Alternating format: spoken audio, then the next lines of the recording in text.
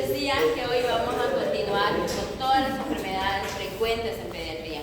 Ya llevamos todo lo que era la parte digestiva, sobre todo diarrea y deshidratación, que lo vamos a complementar con el trabajo de investigación que son las parasitosis.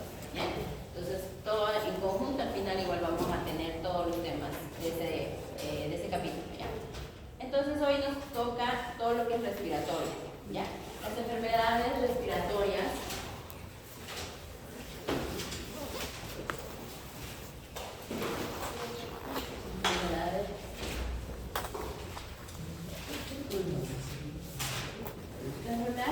se pueden clasificar en dos, ya, de una respiración sobre todo macro, ¿no? Una clasificación que sería macro serían enfermedades respiratorias agudas, ya, y las crónicas. Generalmente estas crónicas ustedes lo van a llevar en medicina interna, el FOC y todas las bronquitis crónicas, todo eso, ¿no? Es más de adultos. Entonces, ¿dónde nos vamos a enfocar nosotros? Acá, en estas enfermedades agudas. Que sufrirlas generalmente ustedes lo van a ver, proponen enfermedades respiratorias agudas, ¿sí? EDA, acá es EDA, o ¿ya?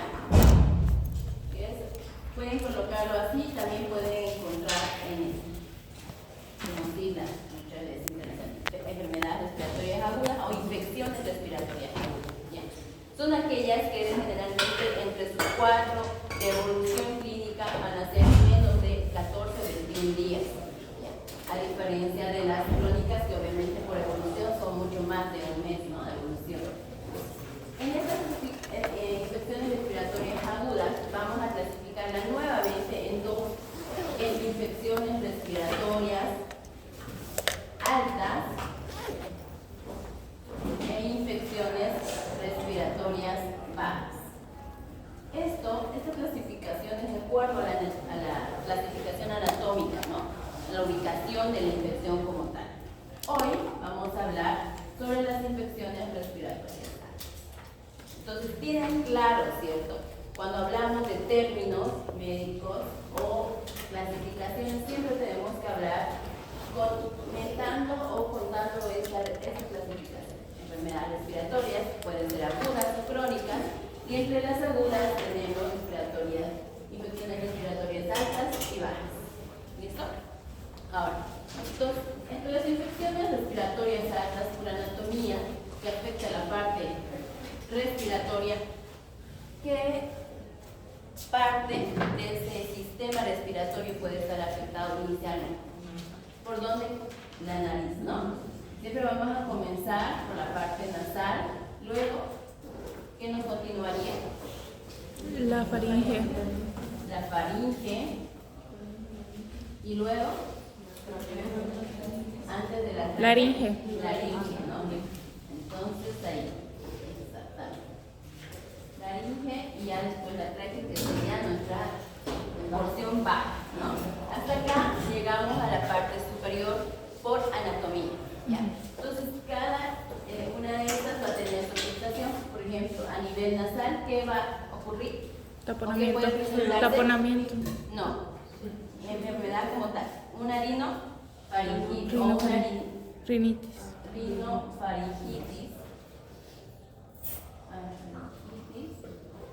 Resfrío común o catarro.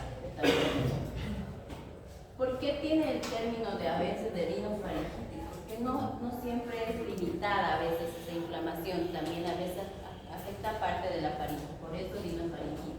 O resfrío común o catarro. ¿Cierto?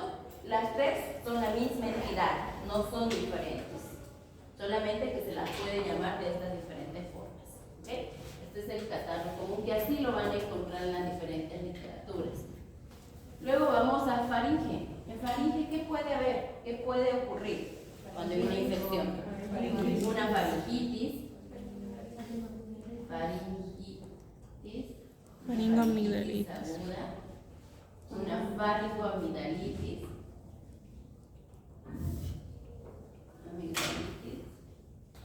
Y también puede haber una amigdalitis. Y vamos a ver amigdalitis, ¿ya? Una amigdalitis. Seguimos. En laringe, a nivel de laringe, ¿qué puede ocurrir? Laringitis, muy bien. Que esta laringitis en realidad forma parte de las llamadas, los grupos Krupp, ¿no?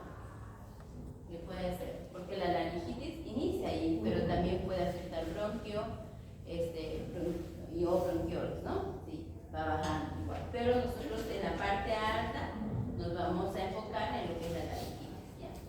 Asociada a esto, aparte de que ya sería nuestra vía, también está conectada hacia el oído, ¿cierto? La parte superior. Y en el oído, ¿qué puede haber?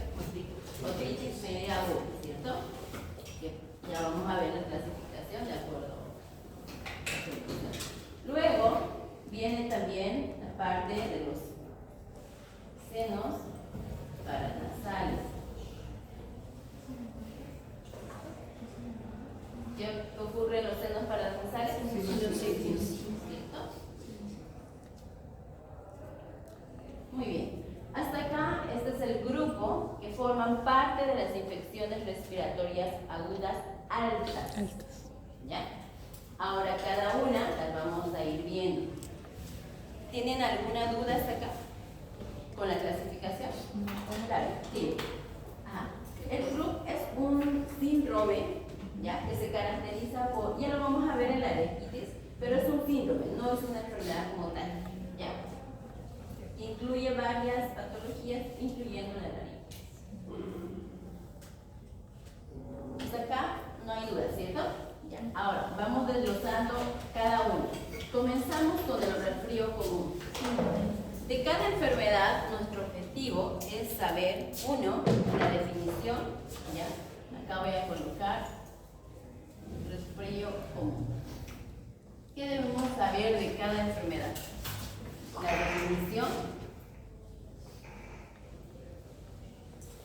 En caso de que tenga clasificación, la clasificación. No todos van a tener la misma temática. La etiología, el cuadro clínico,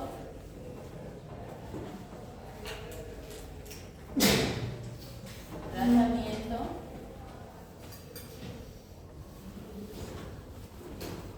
complicaciones, y en algunos vamos a hablar lo que son factores de riesgo. Entonces comenzamos con la primera parte, que es la definición. ¿Qué es el resfrío común?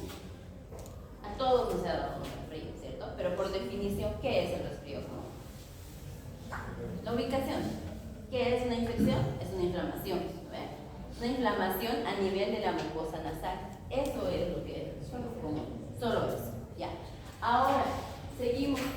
¿Tiene clasificación? No tiene clasificación. Pero sí tiene la etiología. ¿Qué es la etiología más frecuente? Es viral.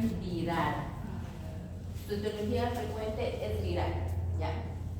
Entonces, es muy importante en estas patologías saber la etiología, porque de acuerdo a eso nosotros vamos a ver el tratamiento, ¿okay? En la viral, ¿cuáles son los virus más frecuentes? En el caso del resfrío común es el rinovirus. Casi el 50% de la etiología es viral y de causa por el rinovirus. Pero el rinovirus tiene más de 100 serotipos, es decir, que estas enfermedades puede que nos den 3 o 4 veces, incluso más veces durante el año, sobre todo en estos niños que van a ir a guarderías que pueden estar expuestos a diferentes serotipos de rinovirus. ¿Ya? Otro de los virus están los adenovirus, coronavirus, diferentes al del COVID, ustedes saben que hay varios, ¿okay? Y también el virus de la influenza. Por eso acá se habla, cuando hablemos de tratamiento, vamos a hablar igual de un tratamiento preventivo, ¿ya? Entonces, estos son los virus con mayor frecuencia, ¿ya? Este es el que se lleva acá, este es como que el virus más frecuente, ¿ya? El resto igual, pero este tiene varios serotipos, hay que tomar en cuenta eso.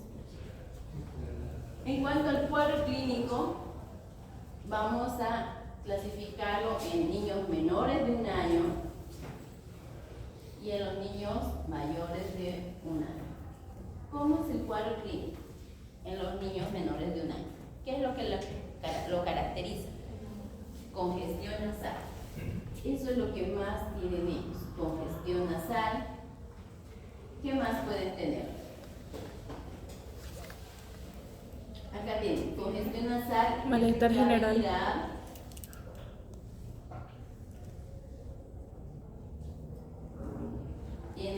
pueden haber rechazo a la alimentación,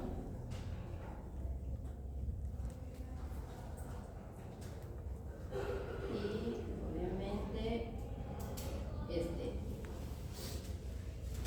fiebre, pero de 38 grados, pero no es poco frecuente.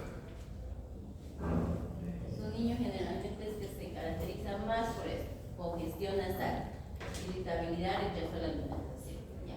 Pero en estos niños mayores de 1 año, la frecuencia de los síntomas cambió un poco. La congestión nasal ya no es el síntoma principal, sino generalmente la fiebre, malestar general, lo mismo que alguna vez se ha dado tos, ¿no? Fiebre, malestar general, cefalea,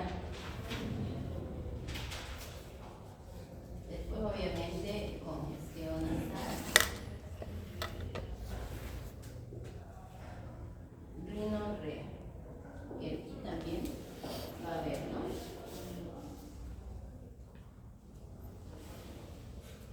Esto es más que todos los síntomas.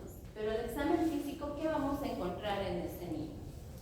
¿Qué se les ocurre? Si ya dijimos que es una inflamación de la mucosa nasal, que los síntomas, que es de causa viral, y más que todo son síntomas generales, ¿qué creen que podríamos encontrar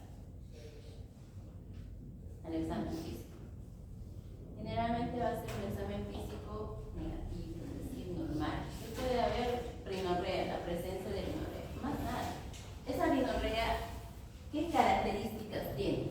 Porque es muy importante. Es blanquecina, es hialina, ¿cierto? Inicialmente, porque dice que esta rinorrea, como es una inflamación de la mucosa nasal, hay reacciones citoquímicas.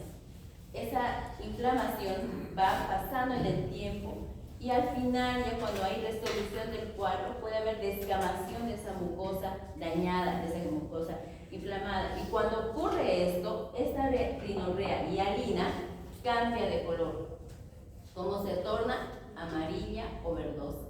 Y muchas veces cuando ya está amarilla la mamá se alarma, ¿no? Y va al médico y le da antibiótico.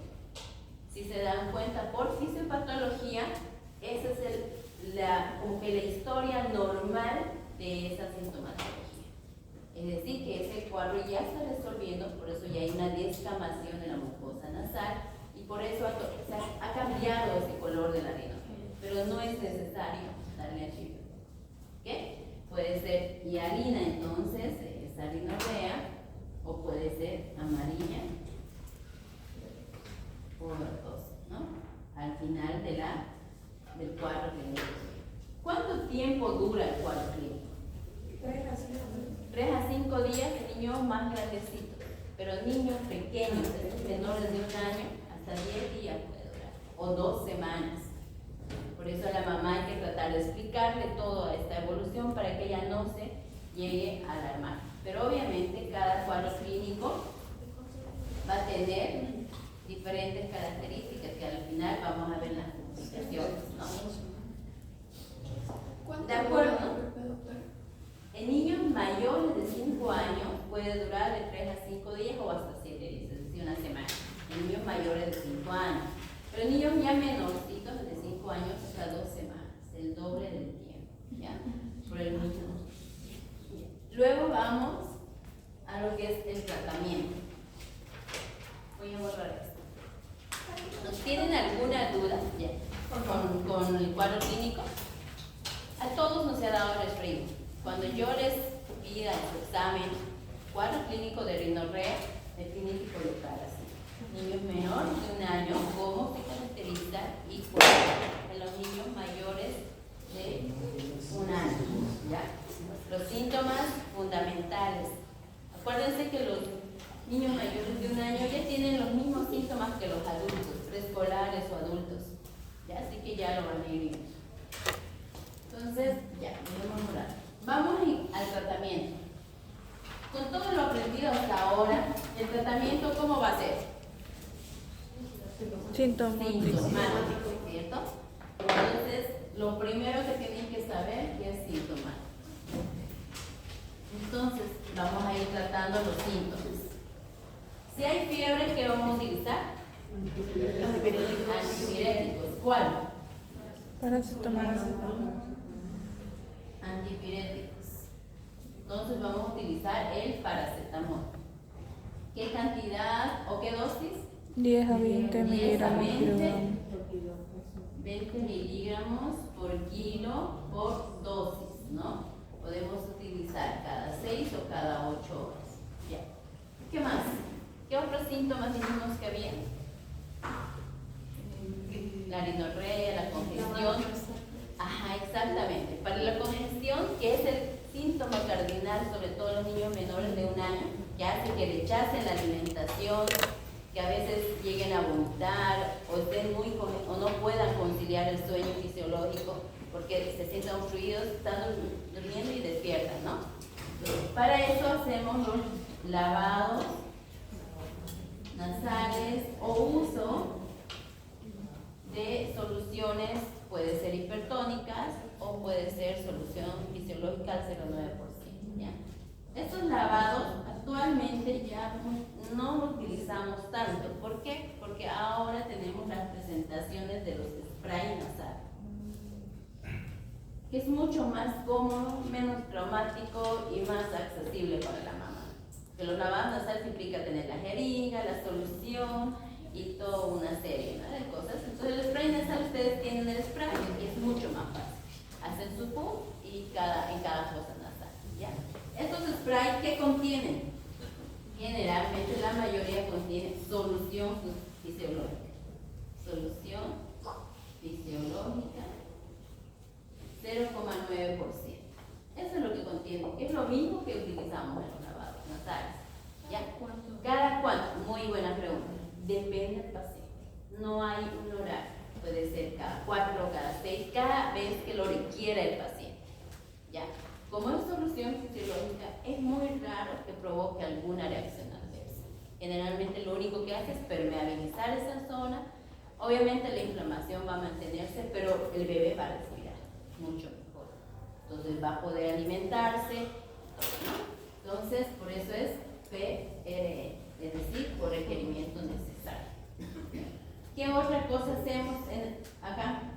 Algo ya fuera de los medicamentos, algo más básico. ¿Qué hay en la inflamación? Alguna vez les ha dado resfrío, ¿cierto? ¿Se han sentido con mayor ansiedad que otros días, digamos? Sí. Entonces la hidratación es fundamental acá, ¿ya? Es un tratamiento de sostén la hidratación, pero es muy importante porque fluidifica las secreciones, humedece la mucosa, ayuda hartísimo. Pero ¿cómo es la hidratación? ¿Qué le va a decir a la mamá? ¿Que tome agua? ¿Qué tipo de agua? ¿O qué tipo de líquidos? ¿Puede ser pasar por hidratación? No necesariamente, porque una hidratación para humidificar. Leche materna, algún tipo, si es menor de 6 meses, mantener su leche materna. Aumentar. Exacto, o aumentar la frecuencia. Y sobre todo, líquidos tibios. ¿Ya? Entonces, ¿a qué me refiero? Puede ser candelita o algún tecito, algo que le quieran dar. Incluso algunos autores hablan del uso de estos líquidos asociados con la miel. Pero ustedes saben que en niños menores de un año no se debe dar. Está contraindicado por el riesgo que puede haber de colitis, ¿cierto? Entonces, no. Pero sí lo van a hacer. Pero la hidratación es fundamental. Sobre todo líquidos y, ¿no? Algo más acá. ¿Qué más le podemos dar a ese bebé? ¿Le damos antitusivos?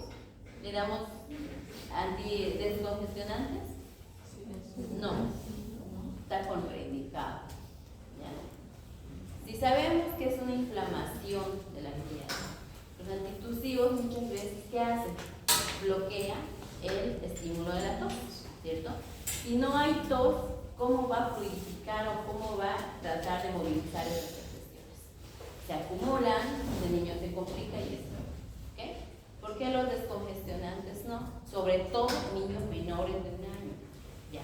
Los antigripales, si bien en la práctica clínica lo utilizamos, pero tratemos de no utilizar en niños menores de un año, sobre todo por el efecto de la pseudoefedrina, que es muy irritable por parte neurológica en los niños menores de un año. Entonces, niños mayores de un año sí pueden utilizar los antigripales, pero generalmente la literatura no lo recomienda. ¿Ok? Ya. Hablamos del tratamiento de... ¿Se puede darle ibuprofeno? No. ¿Por qué ibuprofeno no? Sobre todo por una razón. El ibuprofeno tiene un efecto antiinflamatorio y antipirético, ¿cierto? Acá solamente, si bien hay inflamación, pero la inflamación es una reacción natural de esa enfermedad. O sea, no hay una inflamación muy aguda, muy severa, como vamos a ver en las otras videos. Por eso no se debe utilizar. Y otra razón, porque en los niños menores de 6 meses, acuérdense que todavía a veces hay persistencia del conducto arterioso. Y el ibuprofeno es un tratamiento para el cierre de este conducto. Entonces no se utiliza. Niños menores de 6 meses no se da por ninguna razón el ibuprofeno. Solo utilizamos dioxador, o sea, dipirona, metamizol o paracetamol. Ya. A partir de los 10 o un año más que todo utilizamos el ibuprofeno. ¿Ya? Claro que hay casos excepcionales que podemos utilizar, pero de manera general se descomienda. ¿Ok? Luego, seguimos entonces con el tratamiento sintomático. Dijimos que también hay un tratamiento preventivo. ¿A qué me refería con el tratamiento preventivo? A ver, ¿cuál es la causa de esto? ¿Se puede prevenir de alguna forma el resfrío común? ¿A través de qué? Vitaminas. Sí, incluyen las vitaminas. Hay algunos estudios que mencionan que la vitamina C y el zinc pueden ayudar, pero no es algo que esté comprobado 100%, ¿ya? Puede ser la vitamina C. ¿Cuál más? Sí. ¿Qué más? Aparte de las vitaminas, que siempre estamos nosotros los pediatras ahí pendientes, las vacunas. ¿Por qué? ¿Qué prevenimos? Si bien en niños menores de un año todavía no están, digamos, todas las vacunas de la etiología, pero en las personas, niños más grandes que adultos, sí. ¿Cuáles?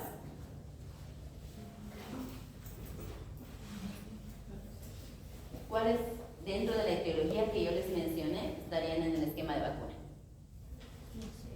¿La BCG? No, pero es tuberculosis, relacionado a eso. Dijimos que la etiología era rinovirus, coronavirus, influenza y los adenovirus, ¿no? Coronavirus influenza. Exactamente. Coronavirus generalmente niños mayores de 5 años y adultos, y la influenza a partir de los 7 meses de edad. Recuerden que por el esquema tenemos 2 dosis antes del año y una dosis de refuerzo después del año. Entonces sí entran igual a vacunas, ¿no? Las dos. Influenza y coronavirus, ¿no? Bien. Ahora otro tratamiento preventivo, sobre todo en niños menores de 6 meses. ¿Qué pregonamos igual los pediatras? Lactancia materna. Siempre exclusiva, ¿ya? Lactancia materna exclusiva, siempre. ¿Por qué? Porque eso ustedes saben que transfiere inmunidad, ¿no? A los bebés. Entonces, esto, y aparte de, hay otro tratamiento preventivo, que me dijo alguna, el lavado de las manos. ¿Por qué es importante el lavado de las manos? Dentro de las características de los virus, sobre todo el rinovirus, mencionan de que una vez emitido a través de las gotitas de flúor o las secreciones, en el ambiente puede durar hasta 2 días en diferentes objetos, en animales, mesa, asiento, todo. No tiene que el paciente o el niño estar necesariamente en contacto directo con el paciente resfriado. Puede ir, tocar y luego meterse eso a la boca o agarrarlo a la nariz, y así muchas veces nos contagiamos. Entonces, el lavado de manos es muy importante en estas patologías. ¿Y dónde debemos nosotros mayormente orientar este lavado de manos? ¿En qué tipo de ambientes? Acá, por ejemplo, nos exponemos mucho en guarderías, sobre todo. Las guarderías son un poco 100% de infección a los niños. Empiezan a entrar en la guardería y entonces por esta razón. Entonces siempre hay que tratar de orientar a la mamá que debe utilizar el lavado de manos frecuente, tanto en la casa como también mencionar en su guardería. ¿Ya? Esto es en relación al tratamiento. Así que ya está, tratamiento sintomático y también hay un tratamiento preventivo que debemos saber. ¿Ya? Entonces, continuando, tenemos las complicaciones. ¿Cómo se nos puede complicar el resfrío? ¿Con qué? Sinusitis. Con una sinusitis en niños grandes puede ser, acá lo voy a colocar, complicaciones, puede ser una sinusitis, ¿qué más? Una otitis media, aguda, ¿qué más? ¿Cómo más nos podemos? Esa rinofaringitis o resfrío común puede igual llegar a ser una faringitis, ¿no? Se puede igual, por continuidad, igual podría colonizar y ahí complicarse, ¿no? Ya. Esos son los síntomas, las complicaciones más frecuentes. Los factores de riesgo, si ya sabemos cuál es el tratamiento preventivo, ya más o menos sabemos cuáles son los factores de riesgo, que serían inmunización incompleta, sobre todo esas mamás antivacunas, ¿no? Que tenemos, los pacientes con alguna comorbilidad que tengan, pacientes que no tengan una buena inmunidad en cuanto a requerimiento, pacientes que no hayan recibido lactancia materna, todo eso serían nuestros factores de riesgo. Si bien es una enfermedad que muchas veces no lo tomamos en cuenta e incluso ni siquiera lo colocamos como diagnóstico, es muy frecuente y hacemos un mal diagnóstico, porque este resfrío común lo ponemos como neumonía, lo ponemos muchas veces como una faringitis o a veces lo tratamos hasta como una bronquiolitis y no lo es. ¿Ya? El cuadro clínico y los síntomas son muy específicos. No hablé de dificultad respiratoria, nada. Obstrucción nasal, todo nivel superior. ¿Ya? Fiebre, que puede ser de 38 o 38,5, no pasa. Generalmente niños más grandecitos que los pequeños. Los pequeños más irritabilidad, rechazo a la alimentación, pero por la misma congestión nasal. Y su rinorrea. ¿Ya? ¿Alguna duda acá? Ninguna, ¿no? Ya. Doctora, ¿puede volver a mencionar las contraindicaciones que no debemos ocupar? Antitusivos, descongestionantes, ¿ya? Sobre todo en niños menores de 2 años. Antigripales. Ya niños más grandecitos lo pueden utilizar, pero en niños pequeños no.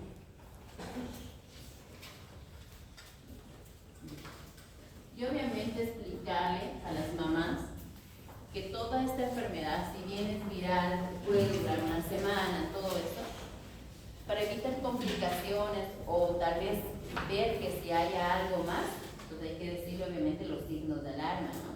Si ese paciente regularmente estaba yendo bien, ya estaba mejorando, pero volvió nuevamente con fiebre o volvió a estar más decaído o de repente en ese momento ya no tenía tos, pero inició una tos, eso ya son signos de la mamá, obviamente tiene que retornar y volver a reevaluar a ese paciente, ¿no? Porque muchas veces van a la consulta y incluso decir, es muy conocido, me dio paracetamol. Ellos siempre esperan algo. Antibiótico. ¿Por qué? Porque todos se ha creado esa conciencia de que si hay un moco verde, un moco amarillo, es bacteriano y tienen que llevar antibiótico. Si me han entendido en esto de la fisiopatología, esa descamación de la mucosa nasal produce esa coloración. Al inicio es solo una inflamación, por eso es hialina esa secreción, pero cuando ya hay esa descamación va a cambiar el color. y de espesor también. Entonces, pero no necesariamente es porque se haya sobreinfectado. Puede pasar, pero como les digo, tendría que ver otros síntomas asociados diferentes a lo que yo les mencioné. Ya. Entonces, continuamos. Entonces, ahora nos toca todo lo que son las faringitis agudas, ¿no? Entre la faringitis aguda, acá ya vamos a tener un porcentaje, bien es mínimo, pero ya vamos a tener un porcentaje de faringitis agudas bacterianas. ¿Ya? Entonces las vamos a dividir. Antes de esto, primero el concepto. ¿Cuál sería el concepto entonces acá? La inflamación de ¿qué? La mucosa de la faringe, ¿no? Entonces a ese nivel va a ser ahora la afectación. Y esta clasificación la vamos a tener por la etiología va a haber faringitis viral y faringitis aguda. Y por la afectación anatómica puede estar presente. Esto es afectación anatómica. Esta es su clasificación por etiología. Doctora, faringitis viral y faringitis aguda. Perdón, bacteriana. Bacteriana. Y por la anatomía puede ser solamente afectación de la faringe, faringitis, solo aguda,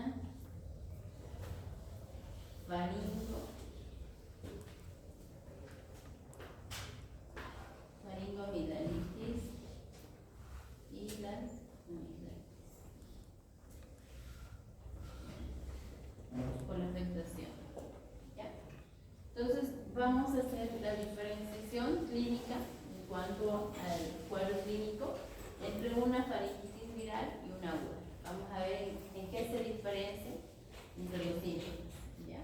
Y obviamente esta clasificación pues, lo vamos a obtener a través, acá sí hay un examen físico. ¿Ya?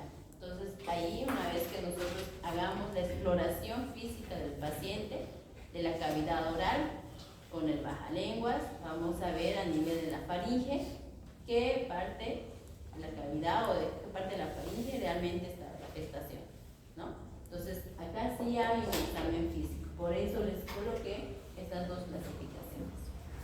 Entonces decíamos que la viral y la bacteriana van a haber diferencias en cuanto al cuadro clínico. Voy a borrar esta parte. ¿Qué síntoma es el síntoma cardinal acá en la faringitis? ¿Qué les dice la mamá para que ustedes sospechen la faringitis? Dolor de garganta. ¿Cómo se llama en términos médicos? Odinofagia, ¿no? Entonces acá voy a poner faringitis para que no se confunda. Y acá los síntomas. Síntomas y signos. Entonces primero va a haber la odinofagia. ¿Y cuál creen ustedes que sea mayor la odinofagia? ¿En la viral o en la bacteriana? Todos igual hemos tenido alguna vez una faringitis. En la bacteriana es mucho más dolorosa, ¿eh? O sea, uno no puede a veces ingerir ni siquiera la alimentación líquida. Entonces en la viral es leve y acá ya es dolor más, puede ser por 3 cruces acá y acá una o 2 cruces, de acuerdo a la intensidad, ¿no? Ya. ¿Qué otro síntoma más hay acá? Aparte de la odinofagia, la fiebre. ¿En cuál es mayor? La bacteriana. Fiebre es alta, ¿no? Generalmente 39 grados. Acá pueden ver de 38. Hay, pero no es tan alta, ¿no? Esta fiebre de la bacteriana es alta y frecuente, difícil de controlar. ¿Qué otros síntomas vamos a ver acá? ¿Hay tos o no hay tos? Los días iniciales se exactamente no hay, pero por reflejo, los días posteriores cuando hay mayor congestión sí puede haber, ¿ya? Sí hay tos. Acá en la leve puede estar ausente y acá sí es un poquito más frecuente. Fiebre, odinofagia, ¿qué más? ¿Qué más hay? Irritación, irritación. Puede ser irritación por la misma tos y ahí es por eso, esa irritación es lo que provoca la tos. Ahora sí vamos a lo que es el examen físico. También hay, puede haber. Ahora sí, en el examen físico, ¿qué vamos a encontrar en la bacteriana y qué vamos a encontrar en la viral? Ya les dije que la exploración es a través de la cavidad bucal, vemos todo lo que es la faringe y visualizamos ¿qué cosa? La presencia de las amígdalas para ver, ¿no? Si hay congestión o no, o solamente hay una hiperemia de la faringe. Si hay la presencia de placas, si hay presencia de exudado, entonces ahí es donde vamos a diferenciar. Entonces en la viral, ¿cómo va a estar esta faringe? Normalmente solamente es hiperemia.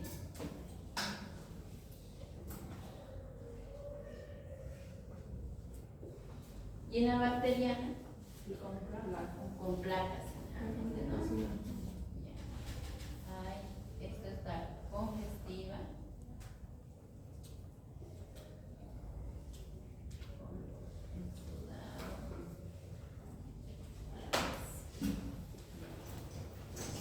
¿Cómo se visualiza?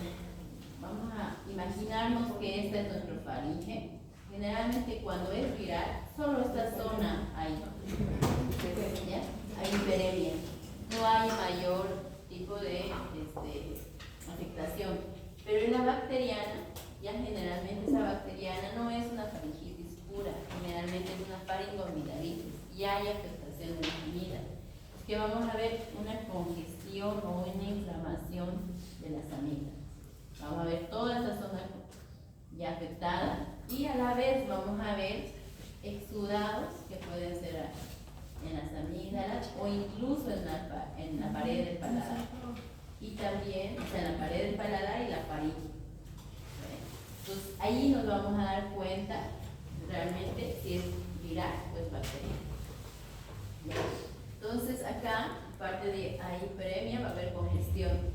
Pero ¿en qué patologías o bajo qué etiología, sobre todo, nosotros vamos a sospechar de que hay que sea bacteriana, que sea un germen específico cuando hay petequias en la parte del paladar? ¿Qué etiología nos hace pensar? Algo muy frecuente que hay. ¿Cuál?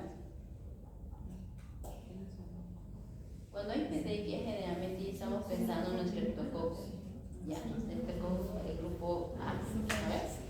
¿Ya? Entonces, aquí ahorita vamos a ver eso en etiología. Estamos primero en cuadro clínico. ¿Qué más podemos encontrar acá en el examen físico? Aparte de esto. Esta es la mayor afectación. Si se dan cuenta hasta acá, es puramente clínico igual de bien. Con una buena exploración, igual usted ya llega por lo menos a tener la sospecha con el cuadro clínico si es viral o es bacteriano. ¿Ya? Hay otra patología también que es la faringitis herpética. Esa igual tiene también placas, pero a diferencia de los exudados de la bacteriana, las placas son más como tipo vesículas y afectan no solamente a la faringe, ¿ya? Afecta a la mucosa oral también, o sea, los labios, la lengua, todo eso, es decir, casi toda la boca se llena. Esa es su diferencia, ¿ya? Entonces, ahora, ya sabemos el cuadro clínico. Para complementar estos datos, tenemos que saber cuál es la etiología más frecuente, ¿cierto? En el caso de la viral, ¿cuál sería la etiología más frecuente? Ya lo voy a colocar. La etiología más importante de la viral van a ser los adenovirus, influenza, también puede ser por rinovirus, pero poco frecuente, y los coronavirus. de la bacteriana, ¿cuál es el que nos? El estreptococo. Coco beta hemolítico.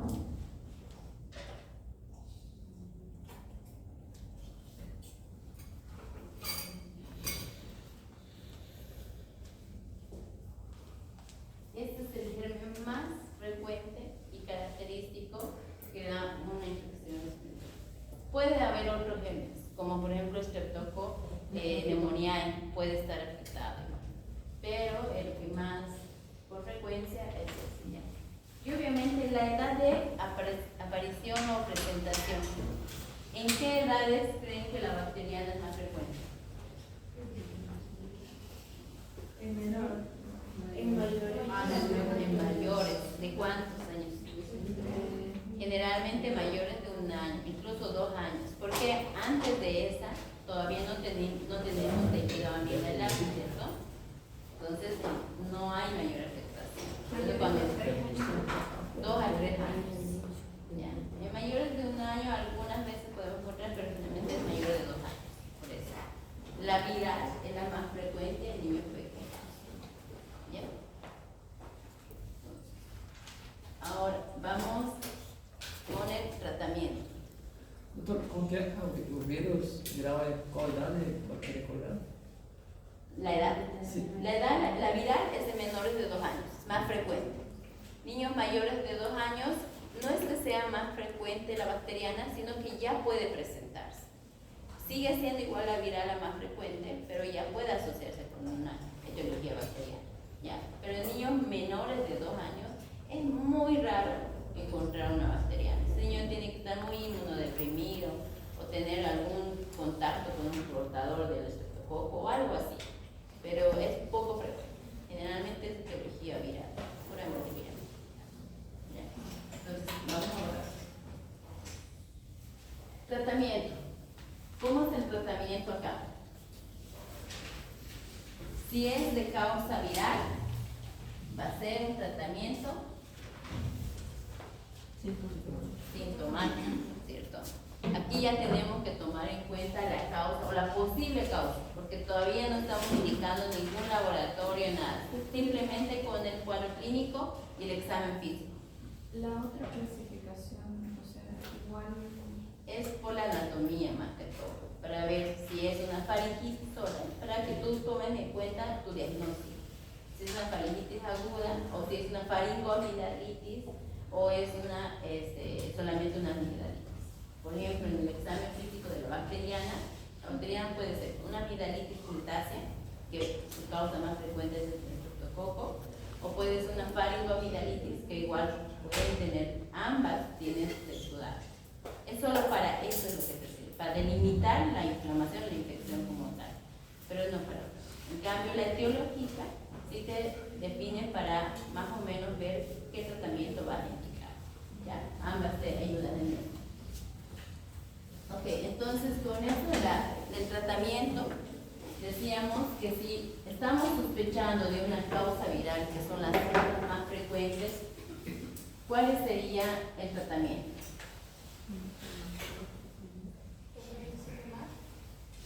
Sintomático, ¿no? Pero acá ya utilizamos, aparte del paracetamol, ¿qué utilizamos para el tema de la fiebre y el dolor? Ibuprofeno. Porque acá se nos añade algo que es el dolor, no dinosfai, que es el dolor de garganta. Entonces, por esa razón también el tratamiento ya de inicio es ibuprofeno. Pero si es un niño menor de 1 año, ¿qué le damos? Paracetamol en lo posible. Entonces no utilizamos ibuprofeno como les decía. Entonces por eso podemos utilizar con mayor seguridad mayor de 1 año. Solo como les digo, nosotros los pediatras, dependiendo del caso, podemos determinar, pero menores de 6 meses no utilizamos. Siempre paracetamol. Si el dolor es más fuerte, el metamizol. Sí. ¿Y el dioxazol También podemos utilizar. El dioxazol, a diferencia del ibuprofeno, ¿cuál es su mecanismo de acción? que es antipirético. ¿Qué más? Es analgésico, pero no es antiinflamatorio. En cambio, el ibuprofeno sí. Acuérdense que el metamizol tiene el mismo efecto que el paracetamol, solamente que su potencia es mayor, ¿no? Su mecanismo, o sea, su acción igual es más corta, o sea, más rápida, pero más corta que el paracetamol. Entonces, por eso utilizamos ibuprofeno, sobre todo niños más grandecitos, pero paracetamol seguimos utilizando los pequeñitos. Bien. Ahora sí, acá, ibuprofeno, dosis. 10, de 7 a 10 miligramos por kilo por dosis. Esto sí se da cada 8 horas, ¿no? El tiempo lo determinamos de acuerdo al grado de afectación. 3 días, 5 días, pero no sobrepasamos generalmente los 5 días. Bien. Del paracetamol ustedes ya saben la dosis, de 10 a 20 miligramos por kilo por dosis, cada 8 horas. Como promedio podemos utilizar 15, si gusta, o 10, como ustedes lo vayan a calcular, ¿no? ¿Qué más utilizamos acá? Lo mismo que la anterior, hidratación es la base, ya, es el tratamiento de sustento. Porque en esa faringitis viral, lo que más, si vimos en el cuadro clínico, era más el dolor de garganta, la irritabilidad, ¿no? Entonces, su antiinflamatorio, antipirético y su hidratación. Pero si hablamos de una bacteriana, ¿qué añadimos acá? Antibióticos, ¿cierto? Hacemos lo mismo, mantenemos el ibuprofeno, el paracetamol igual si fuera pequeñito, y la hidratación también. Todos los tres lo mismo que acá, el viral. Lo único que vamos a añadir va a ser nuestro antibiótico. ¿Cuál vamos a añadir? Si dijimos que podemos tener dos posibles causas. Más frecuente generalmente en niños grandecitos es el estreptococo beta hemolítico y el otro es el estreptococo neumoniano. Entonces, ¿qué antibióticos podemos utilizar? Amoxicilina sería nuestra primera elección. Estamos pensando que no sea un estreptococo, ¿no? ¿Cuánto sería la dosis? 55. ¿De cuánto dijimos? De 50 a 100 miligramos por kilo por el día. Esto se da cada 8 horas. Algunos dicen por cada 12 horas, pero en lo posible cada 8 horas, por 7 días. Pero si nosotros tenemos alta sospecha de que sea una amigdalitis ocultácea por estreptococo beta hemolítico, ¿cuál es el tratamiento de elección para ese germen? Penicilina benzatínica. Penicilina benzatínica. El famoso Priapen, Terbosil, que todo el mundo se pone. Ajá. Penicilina benzatínica. Dosis de la penicilina benzatínica. Acá les voy a colocar dos tipos de dosis. Una dosis ponderal y una dosis por la edad, o sea, por el peso, ¿ya? O sea, por la dosis. Acá, una menciona que, acá lo voy a colocar, acá les voy a colocar, penicilina benzatínica, dicen que puede ser, la dosis kilo peso es de 50.000 unidades internacionales por kilo, dosis única, ¿no? O también mencionan de que podemos dar en niños que pesen menos de 27 kilos,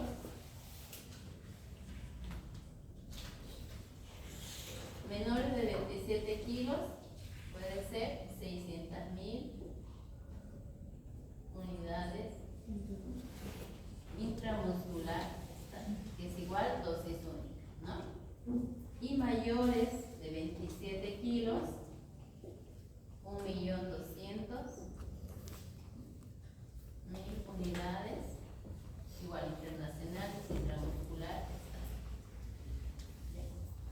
Les estoy recalcando acá, solamente lo utilizamos en alta sospecha una amigdalitis cutácea por estreptococo beta-hemolítico. ¿Ya? Si estamos pensando que es algo viral o simplemente de repente no está tan congestiva, las placas exudativas no son abundantes, pensemos en otro germen que no sea el estreptococo y podemos utilizar la mox. No vayamos directamente al intramuscular o a este medicamento. ¿Listo? Acuérdense que la presentación para dosis pediátricas es de 1.200.000 en las ampollas, por eso se utiliza. Cualquiera de las dosis que ustedes vayan a utilizar, cualquiera de los métodos para calcular la dosis es válido. ¿Ya? ¿Qué otra cosa? En caso de que fuera algún otro germen diferente, por ejemplo, en las, otro germen que me olvidé mencionarlos acá es el Anopheles influenzae, que también puede producir una faringitis o una faringonitis.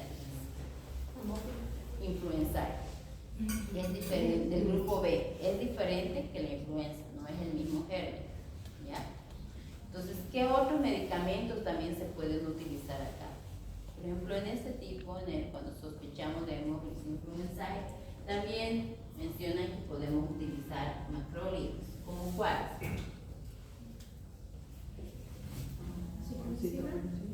Generalmente la citromicina. Entonces, ¿cómo nosotros vamos a sospechar, digamos, en este tipo de germen? Generalmente es el paciente que ya viene con un tratamiento de amoxicilina y no ha resuelto. Y ustedes examinan orofaringe y aún siguen esas plaquitas, aún sigue congestiva esa faringe. Entonces, otra teología, ahí a veces, ¿qué hacemos? Asociamos a citromicina. ¿Cuánto es la dosis? De 10 miligramos por kilo por día. Esto es de 3 a 5 días máximo, ¿no? Y es cada 24 horas. Esa es la frecuencia. Ya. Hasta ahí es lo único que podemos utilizar. No utilicemos encima, no utilicemos persona, nada de eso, porque no va con los gérmenes que son más frecuentes en esta patología. ¿Ya? Sí. Los niños no se pueden aplicar con la penicilina. No. Esa es otra de las prácticas usuales que tenemos en primer nivel, pero no debería ir. ¿Cuál es el fundamento o la justificación de por qué lo utilizan? Para prevenir las alergias. Pero para eso siempre se hace con las penicilinas la prueba de sensibilidad. Entonces, no es tan traumática, saber desde la preparación, colocarle el ojito para ver si se hace hiperemia o no, y usted saber si es alérgico o no. Pero no está indicado asociado a la dexametasona. Pero sí lo hace. No debería ser. ¿Sí? Entonces, no, si en caso, buena pregunta, si fuera alérgico a la penicilina, ¿qué utilizamos? En caso de alergia. Alergia a la penicilina. ¿Qué medicamentos utilizamos? ¿Cuál utilizamos cuando somos alérgicos a la penicilina? O cualquier amoxicilina. No. La eritromicina. En esos casos sí utilizamos la eritromicina. Ya. Su dosis es de 50 miligramos por kilo. Y sospechemos si de estreptococo. Esto es cada crítico, ¿no? Esto en cualquier bacteriana, claro, obviamente si estamos sospechando, si eres igual alérgica a la amoxicilina o eres a la penicilina, entonces la eritromicina, ¿ya? Igual de 7 días. En este caso sí, la eritromicina, acuérdense. En todo paciente, eso en adultos lo mismo. Paciente que sea alérgico a la mox o algo, utilizan la eritromicina. Cualquier tipo de infección que necesitan utilizar la mox. Seguimos. Entonces, las complicaciones. ¿Cuáles podrían ser las complicaciones más frecuentes? Las complicaciones. Nuevamente, otitis media aguda.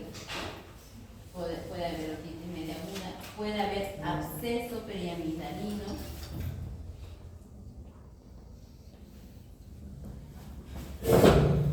Son generalmente ya las La eritromicina por 5 días. No, 7. 7 días, como mínimo. Cada 10 días. Absceso perimetrino y otitis media son las complicaciones más frecuentes que pueden haber secundarias a una faringitis. Los factores de riesgo similares al anterior, igual pacientes que no tengan todas las vacunas, pacientes que no reciban lactancia materna, pacientes desnutridos o alguna inmunidad baja que sea asociada a una comorbilidad. ¿Ya? Entonces, cualquiera de esos factores de riesgo. Seguimos. Después la faringe, ¿qué estructura anatómica nos continúa? La laringitis, ¿no? Ahí la laringe ya. ¿Dime? Absceso periamigdaliano.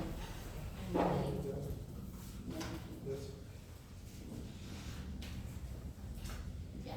Entonces ahora continuamos con los que afectan la laringe, ¿no?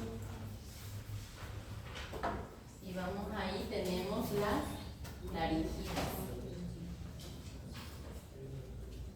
En la laringitis igual, es la misma definición, ¿no? Es inflamación a nivel de la mucosa que abarca la laringe, ¿no?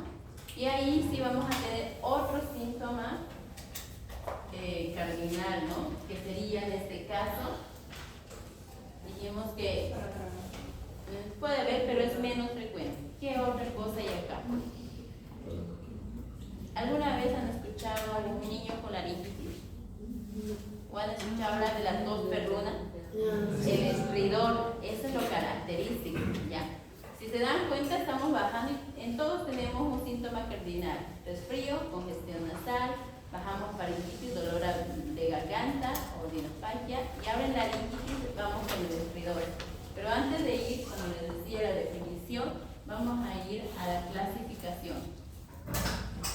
En el caso de la laringitis, de acuerdo a la clínica, a la afectación clínica, esto es por clínica, puede haber una laringitis leve, moderada o severa.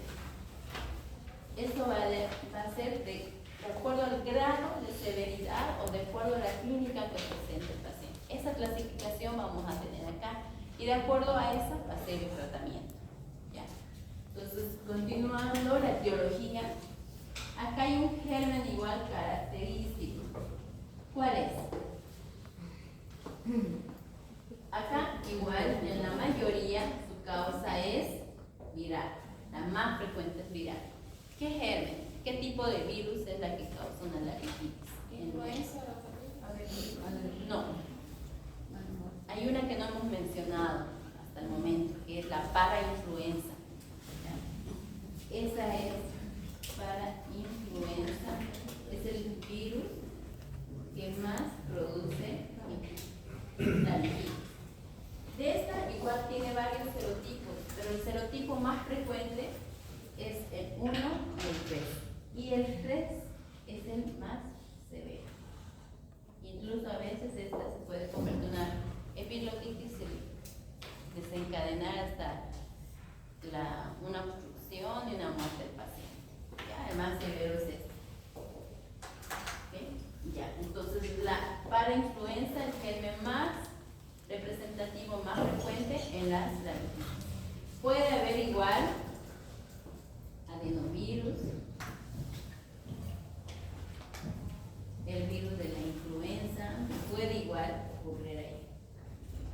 Pero el más frecuente es este. Ya sabemos su clasificación de acuerdo a su presentación clínica o la gravedad del cuadro clínico. Su etiología, ahora nos vamos al cuadro clínico. En el cuadro clínico tenemos que ver. Hay bacterianas, sobre todo por el Haemophilus influenzae tipo B, pero es muy poco frecuente, es como un 10%. En 90, 80, 90% es viral y es por este virus. ¿Ya? Por eso es que en la laringitis, ustedes van a ver en el tratamiento, no utilizamos antibióticos. Solamente en algunos pacientes que estamos sospechando que de repente nos está haciendo una epiglotitis, que se está asociando con una epiglotitis. Ahí sí.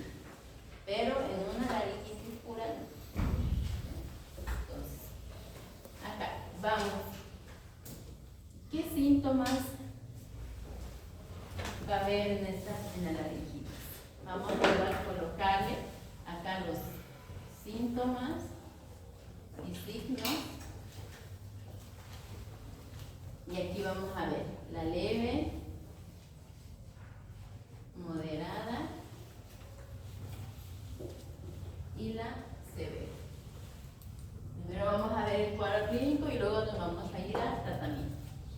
¿Cuál dijimos que era el síntoma? Aquí hay una triada. No sé si han escuchado hablar de la triada de la laringitis. Uno es la tos perruna, la disfonía y el estridor laríngeo.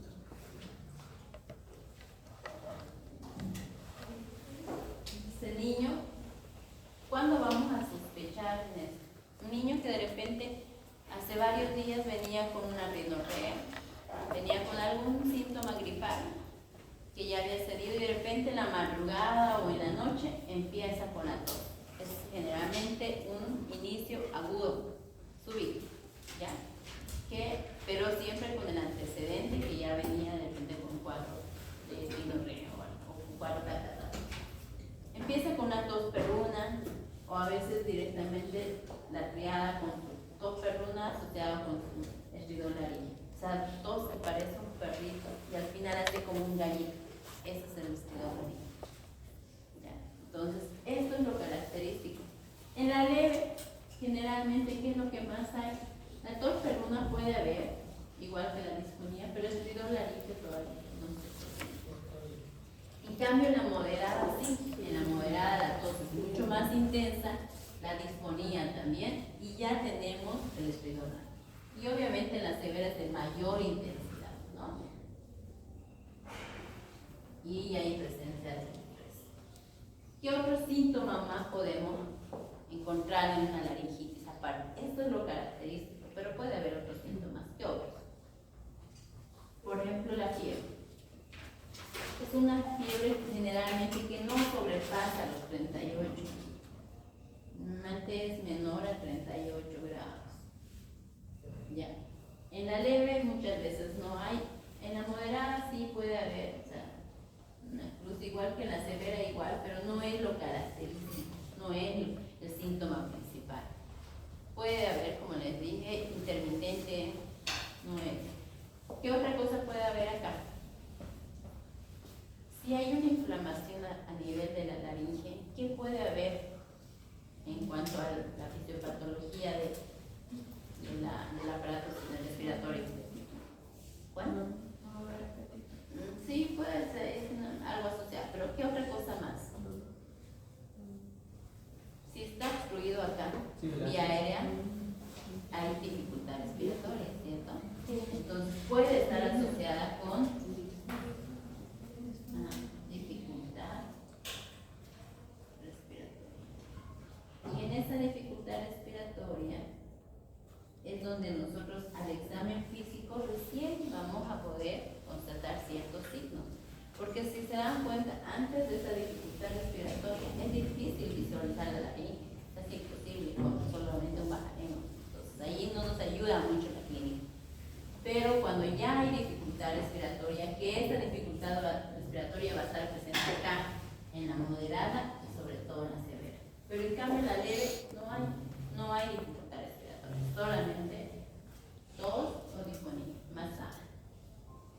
Esa dificultad respiratoria, ¿a través de qué lo vamos a nosotros evidenciar? Uno, la presencia de sibilantes que dijeron ahí. ¿Qué más? Tirajes.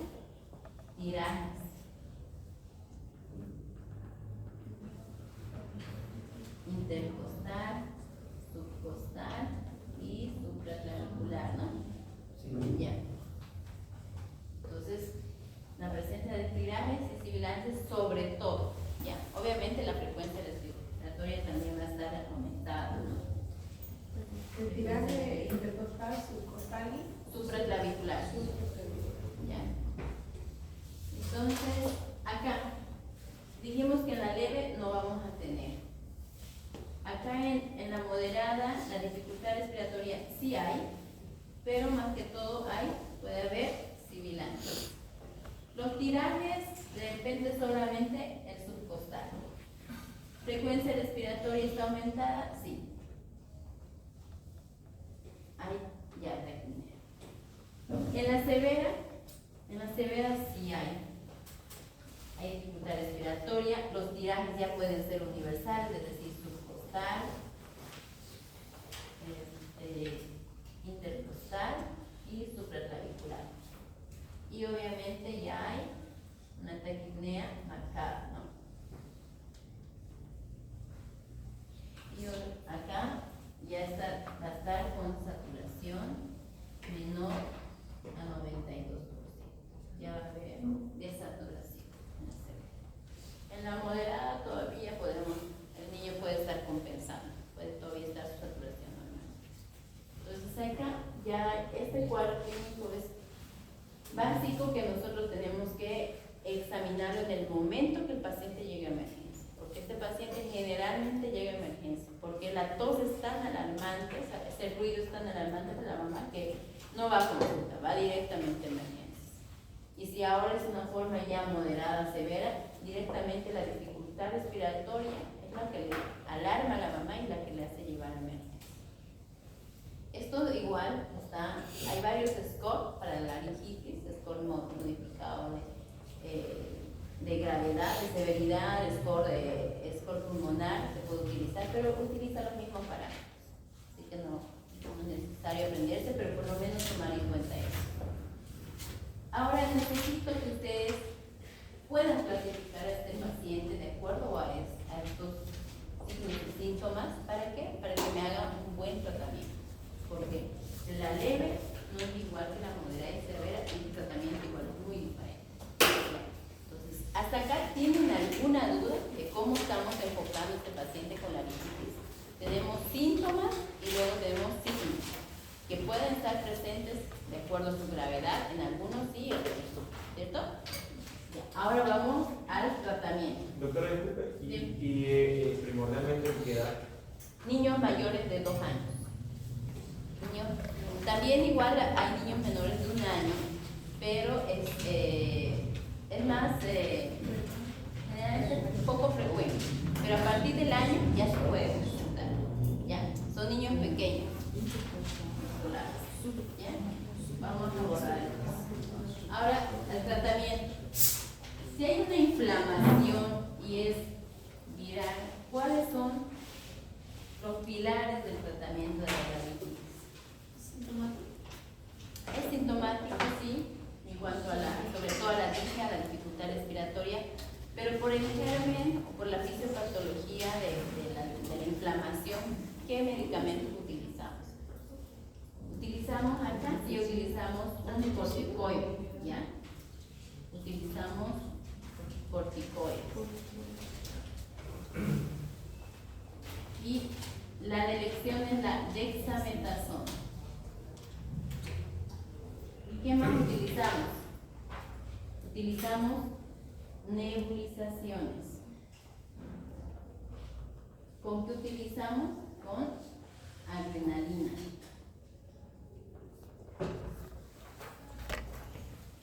La dexametasona utilizamos una dosis de 0,6 miligramos por kilo por día. Entonces, acá habíamos dicho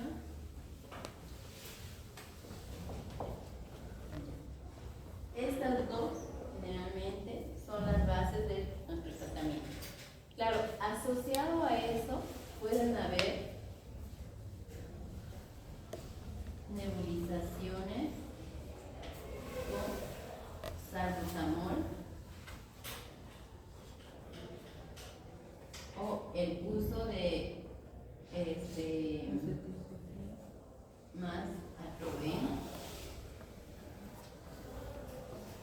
o bromuro de cartropio, pero esto lo vamos a ver solo en la severa y ahora lo vamos a ver. Hasta acá, la dexametasona, ¿en cuál utilizamos? ¿En qué grados? Generalmente en la moderada y severa. Se puede colocar de manera intramuscular, a veces en la moderada o endovenosa. Acá en el caso de la severa es endovenosa. A esta dosis. Puede ser cada 8, cada 12 cuando es endovenoso. ¿Ya? Cada 8 o cada 12 horas. Esto de acuerdo a la severidad. Generalmente en caso de que no tengan una dexametasona, nuestro corticoide de segunda elección puede ser la hidrocortisona, la metilprednisolona, ¿ya? Cualquiera de las dos, pero de elección es la dexametasona. ¿Cuánto es su dosis máxima? Por ejemplo, un niñito que pese 10 kilos, 10 años, que tenga 10 años y pese unos 30 kilos, ¿cuánto le va a salir? Le va a salir bastante. ¿Cuánto sería la dosis máxima que también es importante saber? 16 miligramos, es decir, 2 ampollas de 8 miligramos. Acuérdense que la Dexa viene en ampollas de 4 y de 8. Entonces, máximo 16 miligramos. De ahí no podemos sobrepasar al día, incluso, no en dosis, al día. 10 kilos día. Ahora, las nebulizaciones con adrenalina. ¿En qué pacientes utilizamos? Utilizamos en los 3. Utilizamos acá.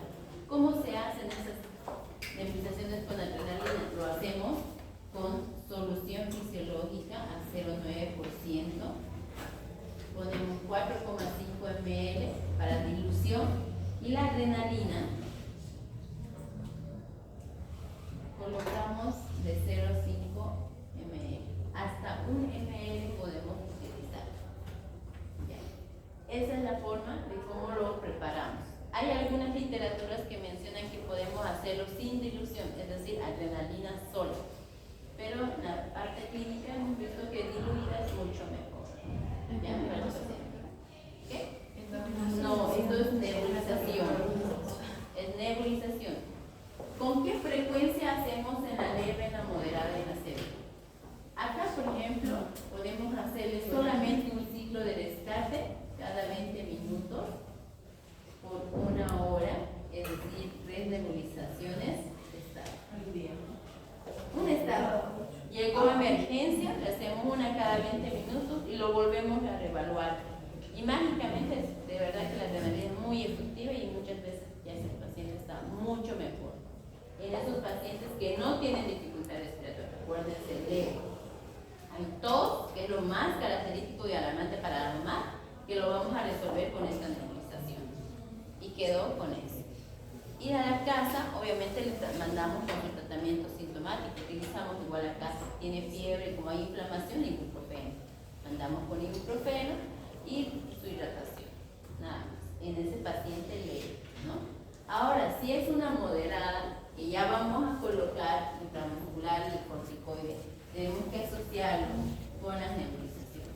Igual volvemos a hacer este mismo ciclo de cada 20 minutos por 1 hora.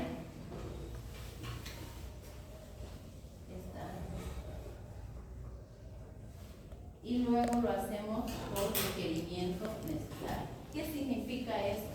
Ese paciente que lo vamos a colocar de rescate, evaluamos nuevamente en 1 o 2 horas. Si ese paciente no ha mejorado o ha disminuido, pero ha vuelto nuevamente a hacer su crisis de tos, ya ese paciente tendríamos que internarlo en observación y volvemos nuevamente a hacerle ciclos, no ciclos, sino colocarle su nebulización oral. Puede ser cada 8 horas, cada 6 horas, cada 12, dependiendo del grado. ¿Ya? Acuérdense que en la moderada les dije que sí había dificultad respiratoria, una dificultad respiratoria leve. Entonces había ya tirar de repente. Entonces en este paciente ya tengo que hacerlo de repente un poquito más espaciado y más prolongada la respiración. Hasta acá me están entendiendo de cómo vamos tratando de acuerdo a la severidad, ¿cierto? Ya, acá todavía no estoy asociando nada de salbutamol, nada. Solo lo base, que es el corticoide, es una nebulización con adrenalina. En la severa es ese paciente que está desaturando, ese paciente que está con su dificultad respiratoria marcada porque tiene tiraje universal, tiene sibilancias. Entonces el paciente sí mantengo el corticoide endovenoso y generalmente ya dosis única ya no me es suficiente, entonces lo coloco cada 1. Forma un poquito, obviamente este paciente ya está internado, ¿no? El paciente ya está internado. Igual hacemos un rescate que cada 20 minutos por 1 hora está, o a veces, o de acuerdo a la severidad, podemos hacer nebulización continua por 1 hora. No paramos. Durante 1 hora, y a veces incluso ya no colocamos 0,5 ml de adrenalina, colocamos 1 ml de adrenalina. Cada preparación y durante 1 hora. Cualquiera de las dos de acuerdo al paciente. Pero acá esta nebulización va a estar asociada o intercalada con nebulizaciones de salbutamol más Aproven, que es el mismo bromuro de hiperrojo, para que no se bromuro de hiperrojo. ¿Por qué yo ya añado estos broncodilatadores? ¿Qué ocurrió en ese paciente con su laringitis? Ya no es una laringitis de repente pura, sino tal vez ya es una laringotraqueitis o laringotraqueobronquitis, ¿no? Ya hubo una afectación de las vías bajas. Entonces, por eso me está haciendo ya esta dificultad respiratoria. Por eso hay sibilancias, hay dificultad respiratoria, el uso de la musculatura respiratoria me está desaturando. Entonces, ya hay que no solamente desinflamar, sino broncodilatar. Entonces, necesitamos salbutamol más. Y asociado, obviamente, a ya en este paciente tiene que usar el NPO, como vimos en la parte práctica, NPO, su hidratación de mantenimiento, ya todos los medicamentos oral y endovenoso, ya con esas indicaciones ya tenemos que estar. ¿Listo? ¿Qué más hacemos acá? Este es el tratamiento base enfocado directamente a lo que es la laringitis. De acuerdo a la severidad. Si bien no hay un tratamiento único, dependiendo si es leve o moderado o severo, ustedes me van a dar ¿ya? La nebulización conforme cada cuánto se le debe hacer. Eso igual depende del paciente. Puede ser desde cada 4, cada 6, cada 8 horas. A veces estos pacientes ya no están en sala normal, sino que están en cuidados intermedios o cuidados intensivos. ¿Ya? Entonces, ahora, pasando, ¿cuáles serían las complicaciones más frecuentes de una laringitis? No más frecuentes, pero las posibles complicaciones que pueda haber. No más bien poco frecuentes las complicaciones, por suerte para los niños. Pero una de las complicaciones más temidas es la insuficiencia respiratoria.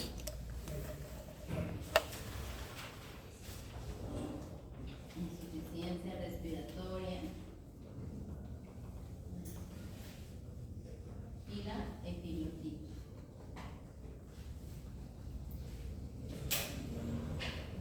Esas son las complicaciones más frecuentes. ¿Sí? ¿Y cuáles son los factores de riesgo? Generalmente igual los mismos, los anteriores, o sea, no hay una afectación. Como es un virus que está igual, aparte y no tenemos vacuna para ese tipo de virus, pues no hay mucho, ¿no? Solamente es la frecuencia. Ahora, pasamos, voy a borrar, seguimos, nos faltan dos. Una que es la otitis media, y ya nos quedamos ahí.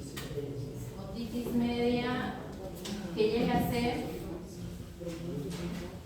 por definición, una inflamación o una infección a nivel del oído medio, ¿cierto?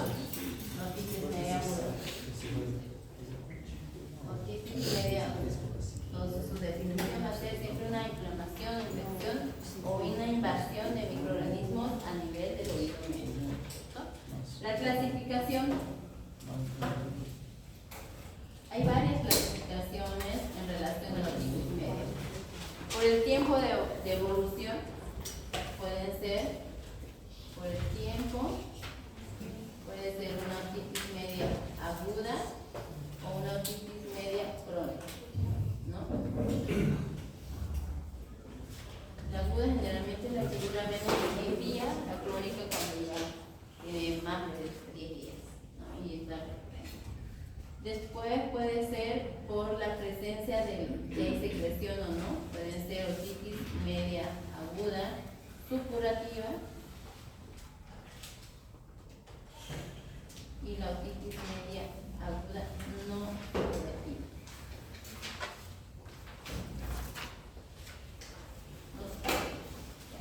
La etiología más frecuente, ¿cuáles son?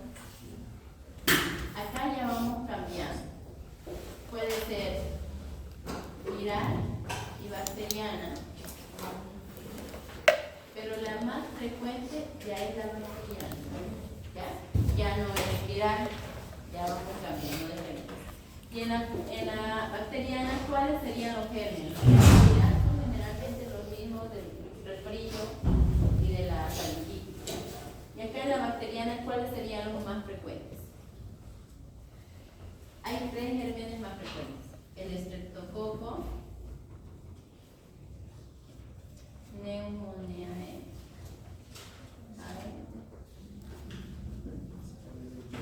y la Haemophilus influenzae y la Moraxella catarrhalis.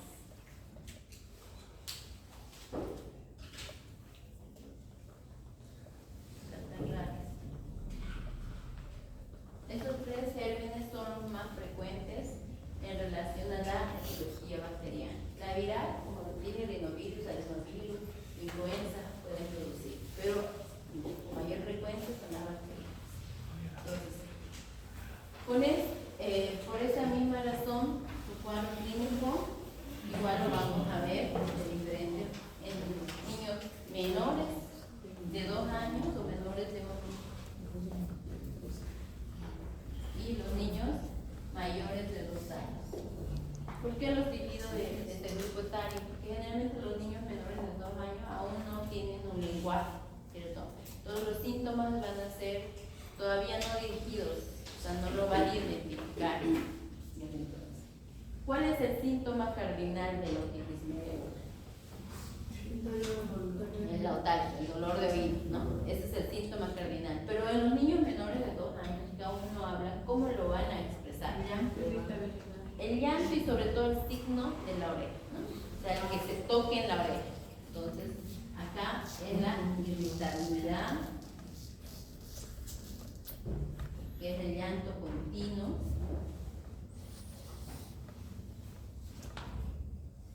Se tocan el oído, hay igual rechazo a la alimentación, hay fiebre, pero en los niños mayores de 2 años que sí ya hablan, entonces ya, o niños grandes, ya nuestro síntoma principal es la otalgia, ¿no? Que ya se puede identificar. Hay igual fiebre,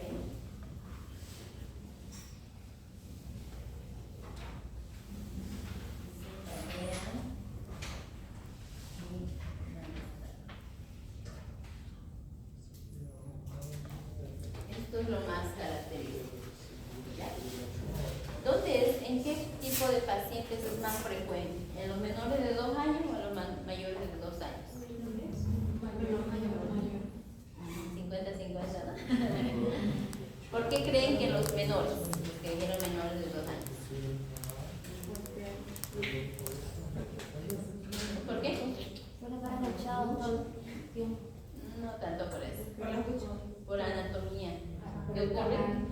Por la trompa de Eustaquio. El conducto auditivo es mucho más corto, ¿no ves? Sí. Y también el nivel, digamos, igual. Entonces, por eso es más frecuente en menores de 2 años que en niños mayores. 2 años rara vez sí hay, pero mira, en cambio en menores de 2 años sí lo vamos a encontrar. Lo que pasa es que muchas veces no lo llegamos a diagnosticar porque no hay esa famosa otalgia, ¿no? Ese niño lo para irritarle y a veces pensamos que es pólito, pensamos que es otra cosa y resulta ser no. ¿Qué antecedentes importantes para nosotros sospechar una otitis media? Que tenga un cuadro previo de faringitis o rinofaringitis. Yo sería como más una complicación. Como una complicación, más que una entidad sola. ¿Ya? Más como una complicación. Pero ¿dónde nosotros vamos a definir nuestro diagnóstico? Aquí es una sospecha clínica con todos estos síntomas, ¿no? ¿Qué hacemos para para que, digamos, si es una titis media aguda, doctor, ¿qué hago? Otoscopía, es decir, un examen físico, ¿cierto? Y es lo otro, lo voy a poner acá arriba. Eso sí nos va a dar el diagnóstico definitivo. ¿Ya? Entonces, otoscopía. Eso es el examen físico, ¿no? ¿Qué vamos a observar en la otoscopía? ¿A qué nivel dijimos que está la inflamación o la infección? En el nivel medio. ¿Y qué tenemos? ¿Qué estructura tenemos ahí? La membrana. Entonces, ¿qué características puede tener esa membrana timpánica? Puede estar membrana timpánica, puede estar, de acuerdo a los grados, puede estar hiperémica, en los bordes, puede estar abombada, o puede estar a veces ya perforada. Esas características podemos encontrar. Conducto auditivo externo, pasando por la parte del otoscopio, puede estar hiperémico o simplemente no puede haber nada. Llegamos a membrana timpánica. ¿Cómo es nuestra membrana timpánica? ¿Cómo llegamos a ver? Generalmente como una estructura circular, translúcida, ¿cierto? Como un poquito, más o menos como esa parte. Pero cuando ya nosotros tenemos una otitis, que de repente es una otitis catarral nada más, estas estructuras, estos bordes, ustedes lo van a ver rojo. Esto es un hiperémico ahí. Todavía se mantiene el efecto translúcido, pero ahí hay. ¿Cuándo decimos que está opaca y ahumada?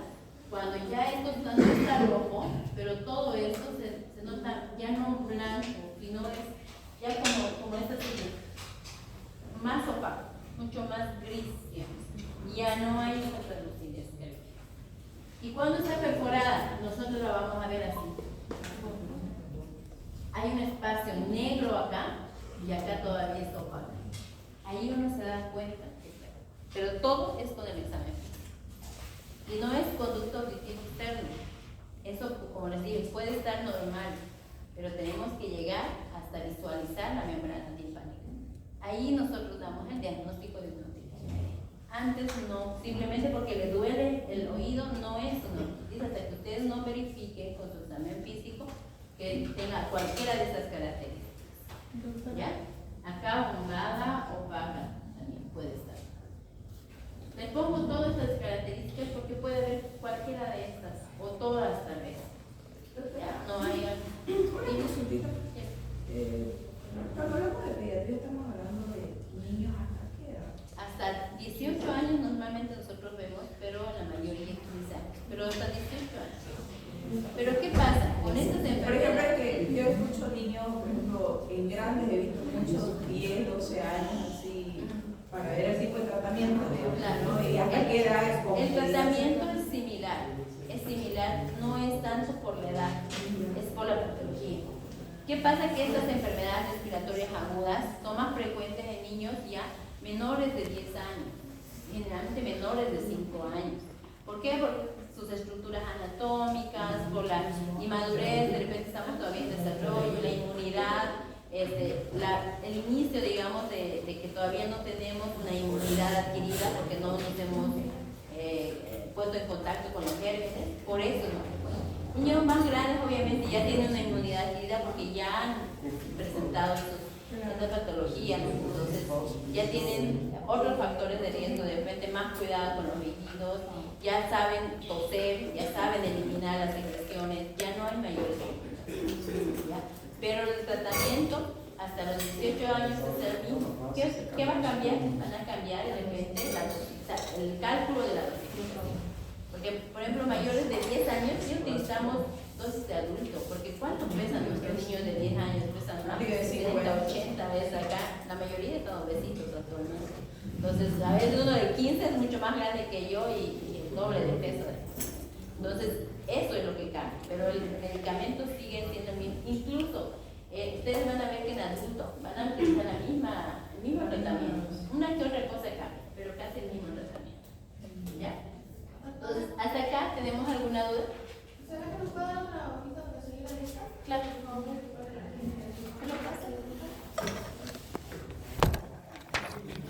Entonces tenemos acá, hasta acá, vieron las 4 patologías que estamos viendo hasta el momento, todas son puramente clínicas. A ninguno hemos pedido ningún tipo de laboratorio ni estudio imagenológico. ¿Okay? Entonces, ya tenemos nuestro diagnóstico, ahora vamos a nuestro tratamiento. Dijimos que nuestra etiología era en su mayoría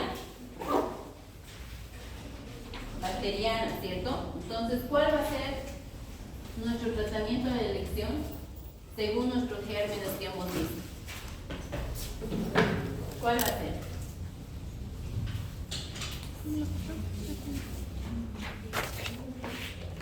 ¿Qué gérmenes dijimos que eran los más frecuentes? Están durmiendo. Neumococcus pneumoniae, la Moraxella catarrhalis y el Haemophilus influenzae tipo B. Entonces van a haber 2 tipos de tratamiento. El principal, nuestra primera elección siempre va a ser la amoxicilina, que cubre gran positivos como el Streptococcus pneumoniae. ¿Cuánto es la dosis de la amoxicilina? De 50 a 100 miligramos por kilo por día, ¿no? Por 7 días y cada 8 horas. ¿Qué dosis generalmente utilizamos en la otitis media? Utilizamos dosis altas, ¿ya? A diferencia de otras patologías que tal vez podemos utilizar 50, aquí la mayoría entre 80 a 100 miligramos por kilo. Pero si ese paciente de repente ya viene con un tratamiento de amoxicilina sola y no ha resuelto y aún mantiene las características de una otitis media, ¿cuál utilizamos acá? No, la amoxicilina más ácido clavulánico, porque ya ese paciente de repente ha creado una resistencia a la amoxicilina sola, ¿no? Entonces necesitamos que sea asociada a ácido clavulánico para evitar eso. La dosis normal igual es de 50 a 80 miligramos por kilo por día. Igual esto es por 7 días